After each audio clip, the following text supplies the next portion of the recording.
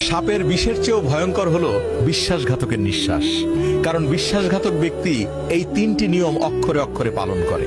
এক, বিশ্বাসঘাতক ব্যক্তি কিন্তু সবসময় আপনার সবচেয়ে কাছের মানুষটাই হয়, যাকে আপনি অন্ধের মতো বিশ্বাস করেন।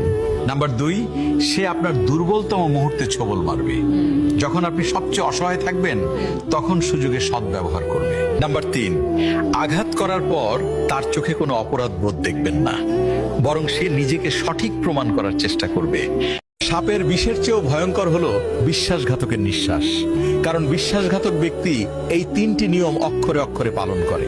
এক, বিশ্বাসঘাতক ব্যক্তি কিন্তু সবসময় আপনার সবচেয়ে কাছের মানুষটাই হয়, যাকে আপনি অন্ধের মতো বিশ্বাস করেন। নাম্বার দুই, সে আপনার দুর্বলতম মুহূর্তে ছোবল মারবে। যখন আপনি সবচেয়ে অসহায় থাকবেন তখন সুযোগে সদ্ব্যবহার করবে। নাম্বার তিন, আঘাত করার পর তার